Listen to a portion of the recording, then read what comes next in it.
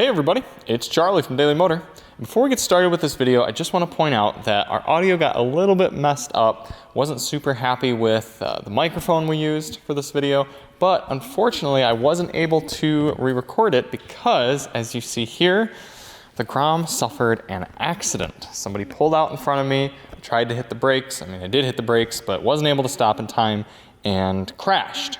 I'm okay, just some bumps and bruises, but unfortunately we won't get to do any sort of retesting with the Grom, probably ever, because this is pretty darn damaged. So sorry for the audio and the other issues that we had during the test, but enjoy. Hopefully you find it useful and fun. Hey everybody, it's Charlie from Daily Motor, and today we've got a fun new test, a fuel economy test on a motorcycle. And this is fun for a few different reasons. One, we've never done fuel economy testing on a motorcycle here. It's always been cars. And two, a lot of people purchase motorcycles with the idea that they'll be able to save a lot in fuel. And you can argue back and forth on, yes, you're going to save money on gas, but you got to do oil changes more regularly and tire changes than a car, and you're paying for an extra vehicle. So is it a wash? Well, that's kind of up to you. But what else makes it interesting is the EPA does not test fuel economy for motorcycles. So unlike with cars, you don't really have any sort of basis other than maybe what a manufacturer claims.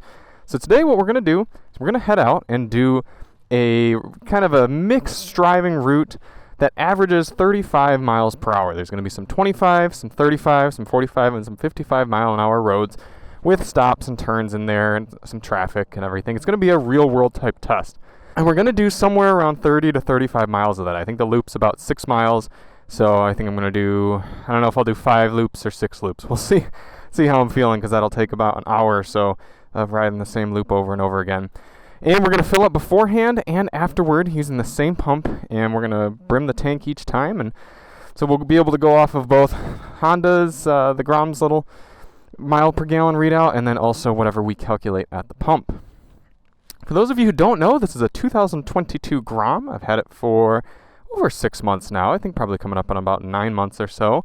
It's been a lot of fun owning it. I've put about 600 miles on it, which is not a ton, but you also got to remember I have a few other bikes in the stable, and it's been winter. So not only that, but you can't do highway speeds on this thing. So 600 some miles on a Grom is a decent amount of riding in less than a year in my eyes. If you do want to see more on the Grom, I'll throw the link in the description for our first drive review. And I'll probably be doing another video sometime in the next few months on, actually I'll probably do a 1-year ownership review on this bike when it comes to it. Without any further ado, let's hop on the bike and get going. A few things to note before we get started. Outside temperature is about 80 some degrees or so Fahrenheit. It's pretty toasty today. We have set our tire pressures to 29 psi, both front and rear, cold.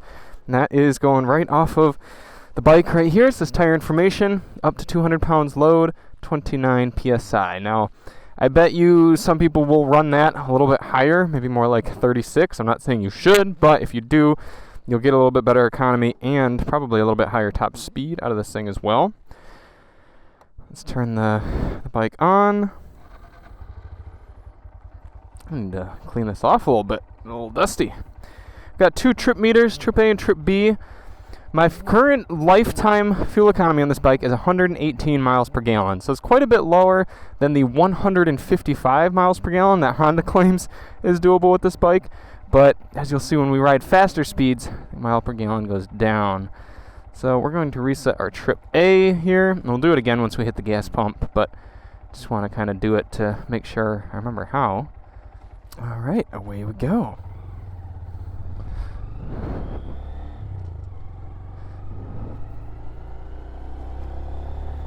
Regarding shifting, I'm going to try to shift right about where Honda recommends in their owner's manual for when you should shift. Admittedly, it's been a little while since I've read the manual, but I do remember roughly the RPM that you should be shifting at, both up and down, so try to keep that consistent. I'm going to ride just nice and upright, as one would comfortably. I'm not going to be ducking down and tucking and try to squeeze the best fuel economy out of this, because after all, we want to see what it's like realistically. Another thing I should point out is that I am 5'10" and weigh about 165 pounds. So if you weigh quite a bit more than that, then expect to get lower results than what we're going to get today, and other way around. Another nice thing about the Grom is it only takes regular fuel. No advantage to running premium in this. Shit. Fuck.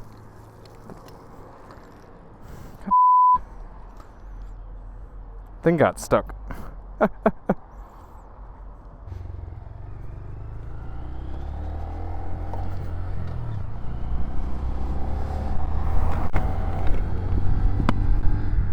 Now, unfortunately, with spilling all of that gas, my glove got soaked. Any other time that I wasn't about to go start an official video like this, I would run home and switch gloves. But given that I needed to head straight out and do this test, we're gonna let the glove evaporate and get a little gas on my hand. So that explains that one. So we're gonna continue on for the next 30 miles or so, see how this thing does. And I will report back to you as we're wrapping up. In the meantime, enjoy this time lapse of the entire trip.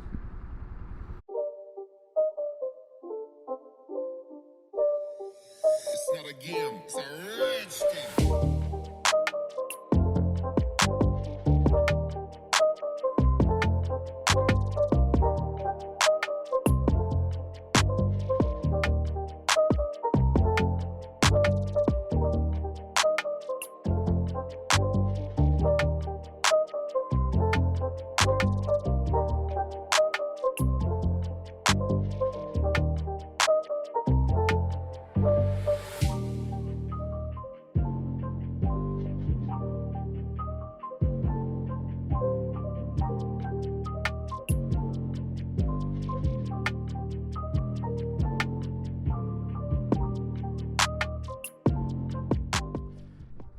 Here we are 32 miles into the test, and I gotta say, I'm pretty darn impressed. According to the bike's computer, we are averaging 141 miles per gallon.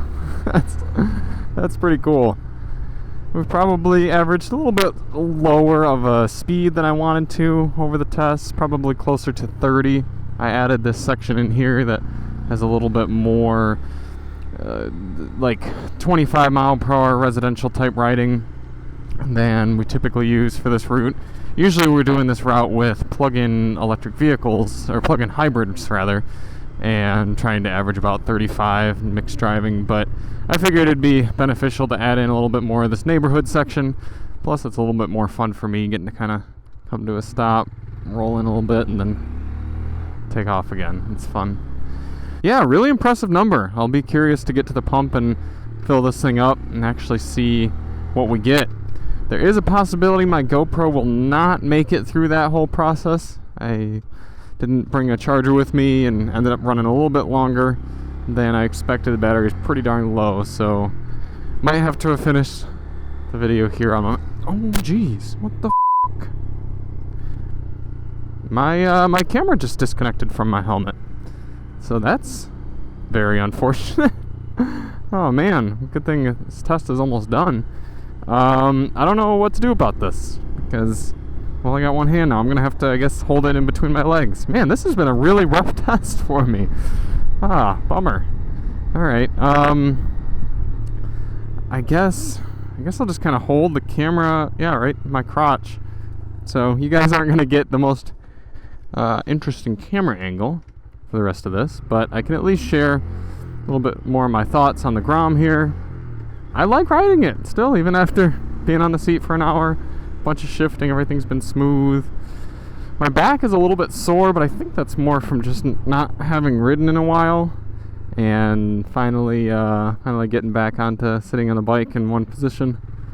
But overall, it is a pretty good seating position for someone my size. So I'm going to get this thing back to the pump, try to figure out something to do with my camera. I've now got two things down there between my crotch, my glove, and my camera mechanism. But let's get this filled up and see what final number we get. Alright, so I filled up just down the street and actually pulled over here because it's a little bit sketchy at the gas station. So kind of wanted to move on out of there before filming. But we ended up putting in 2.259 gallons. The fuel pump gauge didn't even move. It was at full the whole test. But we did 35 6.1 miles is what we did, divided by 0.259 gallons, giving us 136 miles per gallon according to our calculations. That's still pretty darn good. A little bit lower than the 143 that we ultimately got on the trip computer, and a good bit lower than Honda's 155, but still 136 miles per gallon. I could say safely right around 140 there for kind of all different sorts of mixed riding like this. That's pretty darn good. The tank in here is 1.6 gallons, 1.6 times. Let's give it the benefit of the doubt. Let's bump it up to 140 miles per gallon. That's giving you an effective cruising range of 224 miles here on the 2022 Honda Grom. That's really good for 1.6 gallons. Now keep in mind, for 2022, they did update the Grom a bit with a 5-speed transmission instead of 4-speed, so this one should get better fuel economy than previous Groms. And also keep in mind that if you're going to be running fast, if you're going to be holding it out at 45, or especially trying to hold 55 miles per hour, you're going to drop a bunch. Like I said, my average fuel economy over the whole time I've owned this bike is now up to 119 miles. That's because a lot of the times I'm putting on more miles on the bike, I'm doing 55 miles per hour down larger roads and stuff. But still, pretty cool. Despite our adversity, we still got a useful number for this bike. So thank you all so much for watching. If you do want to see more on the Grom, check the link in the description. I'll throw up a link to my other bikes as well. And maybe we'll do this again soon here on our other motorcycles and other bikes we get in. But in the meantime, thanks for watching. I'm Charlie with Daily Motor, and as always, drive on.